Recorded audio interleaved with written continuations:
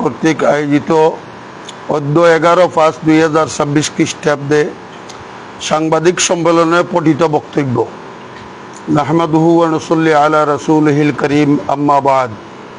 সম্মানিত সাংবাদিক বৃন্দ, আজকে সিলেট বিভাগীয় কওমি মাদ্রাসা সংরক্ষণ পরিষদের আহ্বানে আপনাদের উপস্থিতির জন্য পরিষদের পক্ষ থেকে মুবারকবাদ ও শুকরিয়া জ্ঞাপন করছি। সাংবাদিকতা পেশার মাধ্যমে আপনারা দেশ ও জাতির বহুমুখী খেদমাত আঞ্জাম দিয়ে যাচ্ছেন। দেশ ও জাতির বিভিন্ন সমস্যা সম্ভাবনা আপনাদের মাধ্যমে যথাযথ কর্তৃপক্ষের সামনে উপস্থাপিত হয়ে আসছে। আল্লাহ আপনাদের সমূহ কার্যক্রমকে নিরাপত্তার সাথে পালনের তৌফিক দান করুন, আমিন। সম্মানিত জাতির বিবেক সাংবাদিকবৃন্দ, আপনারা অবগত আছেন, প্রাচীন কাল থেকে দিন ও ইসলামের হেফাজতের জন্য বিশ্বজুড়ে কওমি মাদ্রাসাগুলো কোরআন ও হাদিসের শিক্ষার প্রচার ও প্রসারে কাজ করে আসছে। মুসলিম সমাজের মুক্ত হস্তে দান সৎকার মাধ্যমে পরিচালিত গ্রামগঞ্জ শহর বন্দরে সর্বত্র কওমি মাদ্রাসাগুলো আদর্শ ব্যক্তি ও সমাজ ও রাষ্ট্র গঠনের নিরসভাবে ভূমিকা রাখছে। বছর জুড়ে সাধারণ দান, মৌসুমি চাঁদা, কোরবানির চামড়া ইত্যাদি কওমি মাদ্রাসা পরিচালনায় আয়ের অন্যতম উৎস। কওমি মাদ্রাসার অস্তিত্ব এর শত্রু ইসলাম বিদ্বেষী একটি চক্র বারবার কওমি মাদ্রাসার আয়ের উৎসগুলো বাধাগ্রস্ত করতে অপতৎপরতা চালিয়েছে। বাংলাদেশের বিগত পতিত সরকার প্রথমে নানা অন্যায্য তকমা দিয়ে কওমি মাদ্রাসা বন্ধের অপপ্রয়াস শুরু করে। 2013 সালে কওমিপন্থীদের ঐতিহাসিক প্রতিরোধের পর তারা তাদের কৌশল পরিবর্তন করে আয়ের উৎস বন্ধে উদ্যোগী হয়। ঈদুল আজহা উপলক্ষে ঈদ আনন্দকে ভুলে ছাত্র শিক্ষক সমন্বয়ে কোরবানির চামড়া গরিব পান্ডের জন্য সংগ্রহ করে আসছে। একদিনের এই চামড়া সংগ্রহের টাকায় কওমি মাদ্রাসার গরিব এতিম ছাত্রদের কয়েক মাসের ফ্রি খাবারের ব্যবস্থা হতো। কিন্তু সরকারের অসৎ উদ্দেশ্যে ক্রমান্বয়ে দেশের রপ্তানি শিল্পের অন্যতম এই পণ্য দেশের বাজারে দরপতনের শিকার হতে থাকে। শেষতক কোরবানির চামড়া প্রায় মূল্যহীন পণ্যে পরিণত হয়। বর্তমান অবস্থায় এমন দাঁড়িয়েছে, কওমি মাদ্রাসাগুলো এলাকার মানুষের কোরবানির চামড়া সংগ্রহ করে যত টাকা পরিবহন খরচ করেছে, চামড়া বিক্রি করে সেই টাকাও ফেরত পাওয়া দুষ্কর হয়ে উঠছে। এহেন পরিস্থিতিতে আপনাদের মাধ্যমে সরকারের ঊর্ধ্বতন কর্তৃপক্ষ ও সাধারণ মুসলমানদের অবগতির জন্য আমাদের এই ক্ষুদ্র প্রয়াস। সম্মানিত সাংবাদিকবৃন্দ, অন্তর্বর্তীকালীন সরকার চামড়া শিল্প রক্ষায় উদ্যোগের তৎপরতা দেখালেও কাজ কিছুই দৃশ্যমান হয়নি। গত বছর কোরবানির মৌসুমে অন্তর্বর্তীকালীন সরকার কওমি মাদ্রাসাগুলোকে চামড়া সংরক্ষণের জন্য কাঁচা লবণ প্রদান করে। এই উদ্যোগটি অযৌক্তিক ও অকার্যকর প্রমাণিত হয়েছে। সরকারের উচিত ছিল চামড়া শিল্পের দেশীয় বাণিজ্যিক সিন্ডিকেট ভেঙে দিয়ে চামড়ার ন্যায্য মূল্য নিশ্চিত করা। বৈশ্বিক বাজারে মূল্যবান এই কাঁচামাল দেশীয় বাজারে মূল্যহীনতার দশা থেকে মুক্ত করতে সরকার ব্যর্থ হয়েছে। পরিস্থিতি বিবেচনায় কওমি মাদ্রাসাগুলো চামড়া কালেকশন নিয়ে ভাবতে বাধ্য হয়েছে। নামমাত্র মূল্যের এই চামড়া কালেকশন মাদ্রাসাগুলোর জন্য বোঝা হয়ে উঠছে। বর্তমান সরকার ক্ষমতায় আসার পর চামড়া শিল্পের সুদিন ফেরার প্রহর গুনছিলাম আমরা, কিন্তু সরকারের 180 দিনের প্রাথমিক বিগ প্রকল্পে চামড়া শিল্প নিয়ে কোনো পরিকল্পনা আমাদের দৃষ্টিতে আসেনি। দেশীয় বাণিজ্যিক সিন্ডিকেট ভাঙতে এই সরকারও আশার আলো দেখাতে সক্ষম হয়নি, যা কওমি মাদ্রাসা কর্তৃপক্ষগুলোকে হতাশা করেছে। সার্বিক বিবেচনায় সিলেট বিভাগের কওমি মাদ্রাসাগুলো আগামী কোরবানির মৌসুমে চামড়া সংগ্রহ না করার সিদ্ধান্ত গ্রহণ করেছে। ভবিষ্যতে চামড়া শিল্পের উন্নতি হলে গরিব এতিমদের ইসলামী শিক্ষার স্বার্থে পুনরায় চামড়া সংগ্রহ করতে চিন্তা করা হবে ইনশাআল্লাহ। সম্মানিত সাংবাদিকবৃন্দ, কোরবানির পশুর চামড়া গরিব ও এতিমের হক। দেশের দারিদ্র্যতা বিমোচন ও জনসংখ্যার সুবিধা বঞ্চিত বৃহৎ অংশের শিক্ষা ও লালন পালনে কওমি মাদ্রাসা কর্তৃপক্ষ ভূমিকা রেখে আসছে। কোরবানির দিনে চামড়া শিল্পের মোট 71% চামড়া কওমি মাদ্রাসার মাধ্যমে সংগৃহীত হয়ে থাকে। সুতরাং যত দ্রুত সম্ভব দেশীয় বাণিজ্যিক সিন্ডিকেট ভেঙে কোরবানির পশুর চামড়ার ন্যায্য মূল্য নিশ্চিতকরণে সরকারের যথাযথ পদক্ষেপ গ্রহণ করা সময়ের দাবি। আমরা দেশবাসী দিনদরিদি মুসলমানদের প্রতি দুঃখের সাথে জানাচ্ছি, কোরবানির চামড়া দেশীয় বাজারে মূল্যহীন হয়ে পড়ায় আমরা আপাতত আবহমান কাল থেকে চলমান পবিত্র ঈদুল আজহার দিন চামড়া সংগ্রহ করা থেকে বিরতি নিচ্ছি। সে কারণে কওমি মাদ্রাসা প্রতি বছরের ন্যায় চামড়া সংগ্রহ করে আপনাদের যে খেদমত আঞ্জাম দিয়ে আসছিল সেটি বিঘ্নিত হচ্ছে। দিন হেফাজতের কারখানা কওমি মাদ্রাসাগুলো রক্ষা করা আমার আপনার ইমানি দায়িত্ব। তার ধারাবাহিকতা বজায় রেখে স্বতঃস্ফূর্তভাবে এগিয়ে আসার জন্য উদাত্ত আহ্বান জানাচ্ছি।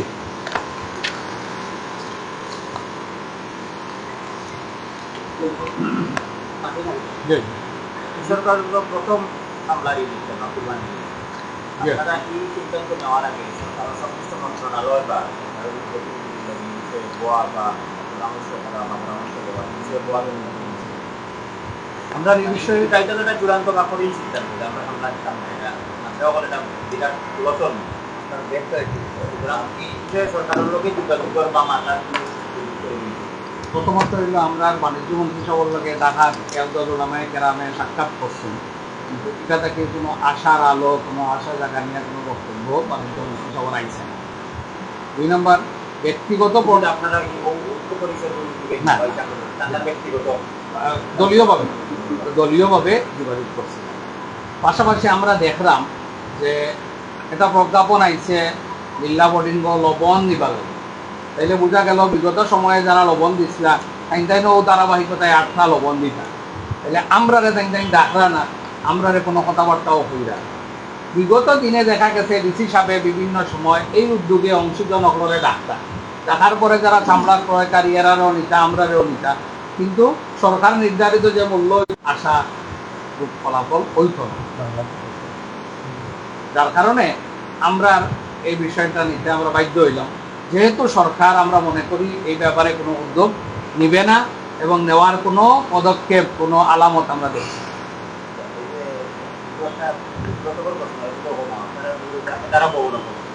বা এই যে আপনারা সংগঠন এটার অধীনে এটারে সংশ্লিষ্ট সব মাদ্রাসা আনলাম, ব্যবহার করতে ছোট মাদ্রাসা বলা আছে, যারা এরাও আপনারা লোকে বাদ দিবনি আমরা না, তারা তুলবে না, অবশ্যই তারাও বাদ দিবেন, কারণ বেফাকের অধীনে তো দারুস সালাম মাদ্রাসা, বেফাকের অধীনে হাজিরবাজার মাদ্রাসা, ওই পিটারগঞ্জ মাদ্রাসা, এরা তো আরো অনেক মাদ্রাসা আছে না কোনো বেফাক এবং এদারা বা অন্য বোর্ড নেই, ওইটা হলো কওমি মাদ্রাসা, যারাই কওমি আছেন তারাই, এবং অনেকেই এই ভোগান্তি থেকে বাঁচার জন্য অনেক আগেই ওইটা বাদ দিয়ে দিছে। যেমন হরিপুর মাদ্রাসা ওনারা আগেই বাদ দিয়ে দিছে, থানাইঘাট মাদ্রাসা এবছর বাদ দিয়ে দিবেন, দরগা 3 বছর আগে থেকে বাদ দিয়ে দিয়েছেন, আমাদের আঙ্গুরা মাদ্রাসা ওইটা 4 বছর আগ থেকেই বাদ দিয়ে দিয়েছেন, দরগা মাদ্রাসা তো অনেক আগ থেকেই অন্যভাবে চলতেছে আর কি। এই জন্য সবাই আমরা এখন একমত হয়ে ওইটা ছাড়ার পরিকল্পনা সম্পূর্ণ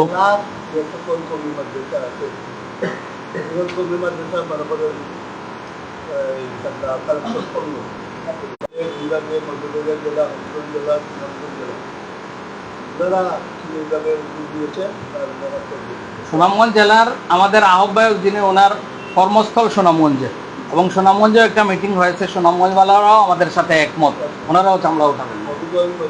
হবিগঞ্জ মৌলভীবাজারের সাথে আমাদের যোগাযোগ হয়েছে, ওনারাও তুলবেন না, এটা আমাদেরকে আশ্বস্ত করেছে।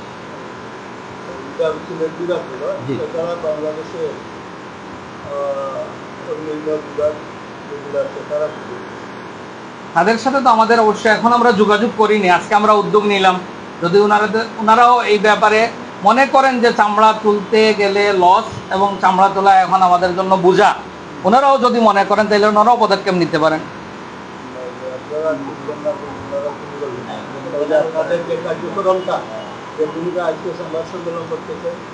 বা এ বিষয়ে আপনারা অনেক কাজ করতেছেন, কষ্ট করতেছেন, তারপরে কষ্টটা সফল হইলেন এই জন্য আপনি একটা পরামর্শ দিচ্ছি, আপনারা বিভিন্ন বিভাগ করবেন না, অবশ্যই আমরা যোগাযোগ করব। ঐক্যবদ্ধ করার কোনো কাজ হয়নি, যদি ঐক্যবদ্ধ হতে পারে তারা বাংলাদেশের আলিমুলামারা যারা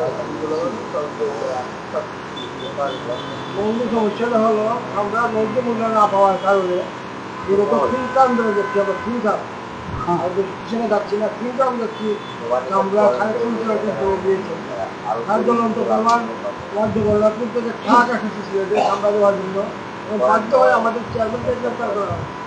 জি এই যে অথচ সরকার চামড়া ন্যায্য মূল্য দিচ্ছে, আপনাদের মেইন দাবিটা হবে সিন্ডিকেট বাড়তে হবে, ন্যায্য মূল্য দিলে তখন আমরা চামড়া হবে। কিনবো কিনা চিন্তা হবে। হ্যাঁ এই দাবিটা পুরো দেওয়া হবে, সিন্ডিকেট বাড়তে হবে, দিতে হবে এবং সিলেট বিভাগে যাতে চামড়া সংরক্ষণের জন্য সরকারি ব্যবস্থা করতে হবে।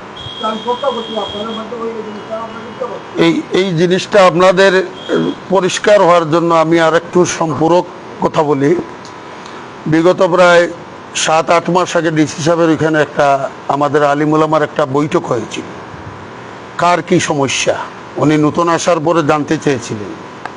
তো সর্বশেষ আমাকে জিজ্ঞাসা করার পরে আমি শুধুমাত্র এই সমস্যাটাই তুলে ধরেছিলাম, এই চামড়ার ব্যাপারটা এবং চামড়ার অতীত বর্তমান এবং দেশের জন্য এটা কতটুকু স্বার্থ এবং গরিবের কতটুকু স্বার্থ এর মধ্যে নিহিত আছে, আমাদের কতটুকু আছে এবং এটা যদি কওমি মাদ্রাসা তোলা বন্ধ করে দেয় তাইলে দেশের জন্য কতটুকু ক্ষতিকর এবং আমাদের জন্য তো ক্ষতিকর আছেই, সাথে সাথে গরিবদের হক কতটুকু নষ্ট হইতেছে।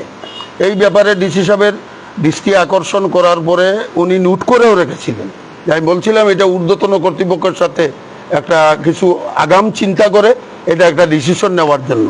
কিন্তু এরপরে ডিসি সাহেবের সাথে তো অনেক বৈঠক আমরা করেছি বিভিন্ন বিষয়ে, এই ব্যাপারে কোনো সারা শব্দ আমরা পাই নাই।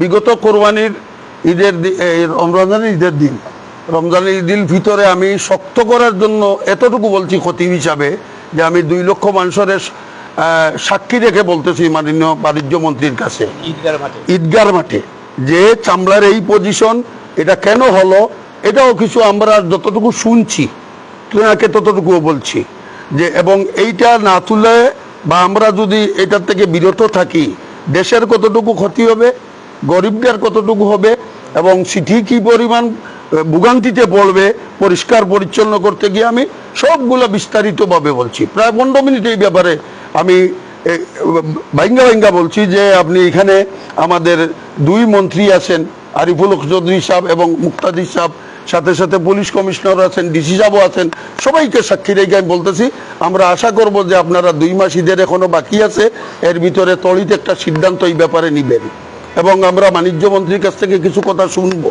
কিন্তু উনি বলে নাই এই ব্যাপারটায়, অন্যান্য বিষয়ে যদিও বলছে কিন্তু এই বিষয়টা বলে নাই।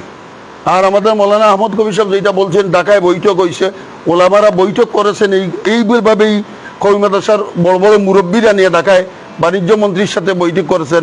তার ফল আমরা শুনেছি উনি প্রায় অপারগতা স্বীকার করছেন যে এই মুহূর্তে কোনো উদ্যোগ নেওয়া সম্ভব না। এই কারণে আমরা বাধ্য হইয়া আমরা গত মিটিংয়ে প্রায় 40টি মাদ্রাসার মুতামিম এখানে ছিলাম, যারা যারা চামড়া সংগ্রহ করে। এটা তো অনেক আছে যেগুলো চামড়া সংগ্রহ করে না, কিন্তু কওমি মাদ্রাসা চামড়া যারা বিগ অ্যামাউন্টে সংগ্রহ করে এদেরকে আমরা ডাকছিলাম। আমরা ঐক্যমতে স্বাক্ষর দিয়ে ঐক্যমতে আসছি যে আমরা এই বছর চামড়া তুলব না এবং এরপরে যদি আমরা পরিবেশ পরিস্থিতি ভালো পাই তাহলে আমরা ইনশাল্লাহ দেখব পরবর্তীতে। আপনারা কি মনে করেন যে কোন পদক্ষেপ নিলে আপনারা আপনাদের মতটা কি হচ্ছে? আমাদের মত যেটা হইলো, সরকার তো একটা চামড়ার মূল্য নির্ধারণ করে প্রতি বছর, সব মুফস্সলেরও করে, ছোট চামড়ার করে, বড় চামড়ার করে।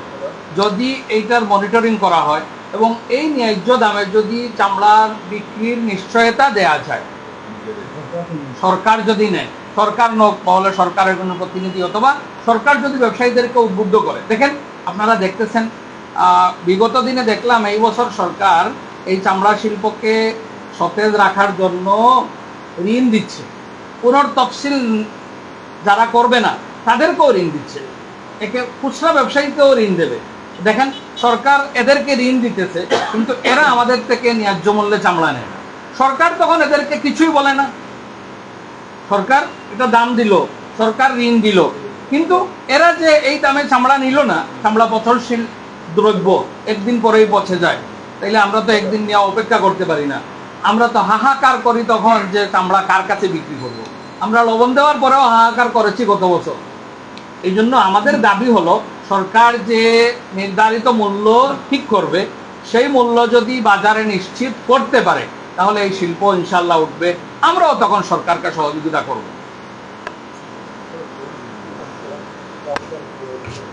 আপনারা আজকে যে উপাসনা করতেছি বাংলাদেশে অন্য কোনো জায়গায় এভাবে কোনো আন্দোলন আসলে তো আমাদের পরিধি নিয়ে আমরা চলতেছি, আমরা সিলেট বিভাগ নিয়ে চলতেছি। আশা করা যায় কোনো সময় মুয়াজ্জিন সাহেব একজন আজান দিলে একজন তো আর নামাজে আসে না, অনেকজনই নামাজে আসে। আমরা আজান দিলাম, দেখা যাক ইনশাআল্লাহ মুসল্লি অনেক বাড়বে। অতীতের অভিজ্ঞতা থেকে বলতে চাই, মানে সিলেট থেকেই শুরু হয় সব আন্দোলন। জি, আন্দোলন সংগ্রাম সিলেট থেকেই শুরু হয়। বাণিজ্য মন্ত্রী জেমকেয়ার বা কিছুই বলে না, এবং হুজুর বলেছেন উনি কিছুই বলেন না। হ্যাঁ, দেশের আপনি হল আমরা প্রমাণ করতে চাই সিলেটের মানুষকে নিয়ে সময় আপনার মূল্য রাখব না বা দেশের না। আমরা যারা কুরবানি দিচ্ছি বিভিন্ন পরিবারের মধ্যে তোমার ইনশাল্লাহ কোন বাধ্য। উনি বলতেছেন যে 2 মাস আগে একটা ডিসি সাহেবের লোক একটা আলাপ হয়েছিল বিষয় নিয়ে। এরপরে কি কোনো আপনারা জানাইছেন এই বিষয়টা নিয়ে যে আমরা না, 2 মাস না, প্রায় প্রথম সর্বস্ব ভাষার পরেই আমরা আলোচনায় পড়ছিলাম। এরপরে তো বিগত ওই যে ঈদের সময় সবাইকে সামনে রেখেই তো বললাম। এখন এরপরে তো ওনাদের উচিত ছিল আমাদেরকে ডাক দেওয়া। আমরা এত মুসিবতে বললাম যে আমরা বললাম দেশের স্বার্থ দেখাইয়া, গরিবের স্বার্থ দেখাইয়া, মাদ্রাসার স্বার্থ দেখাইয়া, এবং এইটা কালেকশন যদি এই কওমি মাদ্রাসার হুজুররা না করে তাইলে পরিবেশ কি অবস্থা হইব ঈদের দিন, এবং সিটির কত টাকা খরচ হইব, এই জনবল এই দিন আসেনি সিটির, এগুলা সবগুলা তো ঈদগায় বললাম। বলার পরে তো ওনাদের উচিত ছিল আমাদেরকে একটা ডাক দেওয়ার। বাণিজ্য মন্ত্রীর উচিত ছিল, ডিসি সাহেবের উচিত ছিল, আমাদেরকে কোনো মূল্যায়নই করলো না, বরং ওনারা পত্রিকায় দিয়া দিল। পরবর্তীতে কোনো কর্মসূচি বানিয়ে আপনারা জি, আজকের পর বাদে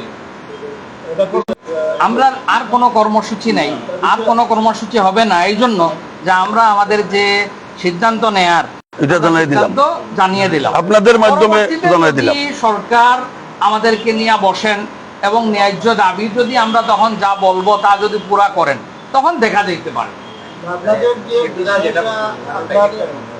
আপনাদের যে বিষয়টা আপনারা ডিসিলের কথা বলেছেন, মন্ত্রীদের সাথে কথা বলেছেন, আপনারা বাংলাদেশের খুব গুরুত্বপূর্ণ আলিমুল্লাহ মসজিদ মাদ্রাসা খেদমত করা আলিমুল্লাহের কর্তব্য, এভাবে সকল নাগরিকের কর্তব্য মসজিদ মাদ্রাসা খেদমত করা। এই যে কামরার টাকাটা লাগে কোথায়? মসজিদ মাদ্রাসা একটিভিটারে মাদ্রাসাটা লাগে, কিন্তু তারা আসল যে জিনিসটা হলো গিয়া আলিমুল্লাহ মসজিদ মাদ্রাসা, এদিকে তারা নজর দিচ্ছে না। সেই জন্য আমি আপনারা একটা পরামর্শ দিচ্ছি, এই সিলেটের মন্ত্রী হিসেবে আপনার কথা বলবে না, ডিসিএস শুনলে আপনারা ডাইরেক্ট প্রধানমন্ত্রীর লোকের সাক্ষাৎ করে আপনারা একটা প্রতিনিধি দল আপনারা দিলে আপনাদের রাখলাম ইনশাল্লাহ। এটা আপনার পরামর্শটা যৌক্তিক, আমরা এটা নিয়ে বসে বিবেচনা করবো। আমরা তো মানে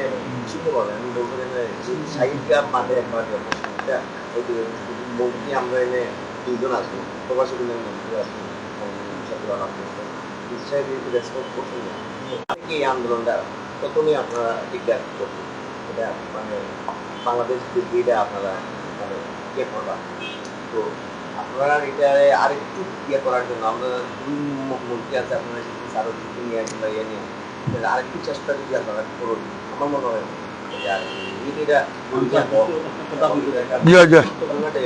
বিষয়টা হলো এটা কোনো রাজনৈতিক বিষয়, যার কারণে সারা দেশব্যাপী